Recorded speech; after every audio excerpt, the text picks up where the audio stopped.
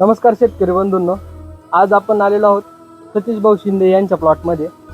तर त्यांनी त्यांची केळीची संपूर्ण शेती ही ऑर्गॅनिक आणि जैविक जे प्रोडक्ट म्हणतो आपण ते वापरून यांनी त्यांची एकदम अशी शेती व्यवस्थित केली.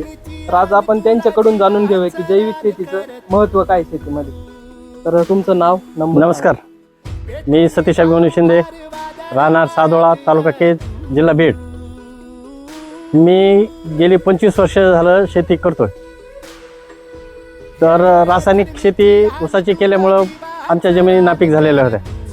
हळूहळू मी शेती कशी बनल याचा अभ्यास केल्यानंतर माझ्या लक्षात आलं की शेती जीवाणू आणि सेंद्रिय बायोमास ह्याच्या वाढविण्यानेच हळूहळू चांगली बनते.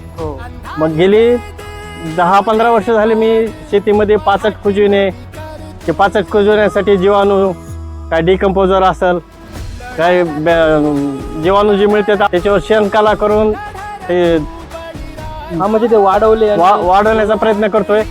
आणि त्याचा असा फायदा यावर्षी मला झाला. गेल्या वर्षी मी केळी लावली होती. केळी सरासरी 3000 झाडं लावलेत आणि 3000 झाडं आम्ही 10-15 जणांनी केळी लावलेली. त्यातली फक्त माझी केळी एकाच दिवशी लावलेली असताना 19 जुलैला लागवड केलेली होती.